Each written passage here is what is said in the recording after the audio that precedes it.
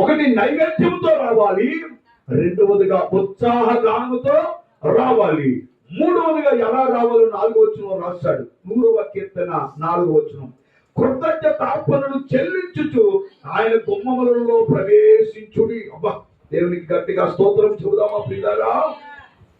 ఎలా రావాలి దేవుడి దగ్గరికి అంటే కృతజ్ఞతతో కూడిన అర్పణలతో రావాలి. కృతజ్ఞత ఉంటే సరిపోదట. హల్లెలూయా.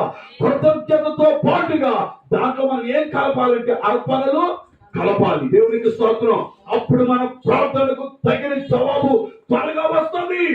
త్వరగా రావాలి అంటే ప్రియులారా వాక్యంలో చూస్తున్న మూడవదిగా కృతజ్ఞత అర్పణలతో దేవుని మందిరానికి రావాలి, ఆయన ఆవరణానికి రావాలని చెప్పి. 4వదిగా 4వ వచనంలోనే 2వ లైన్లో కీర్తనలు పాడుచు ఆయన ఆవరణములలో ప్రవేశించుడి అని చెబుతూ ఉన్నాయి.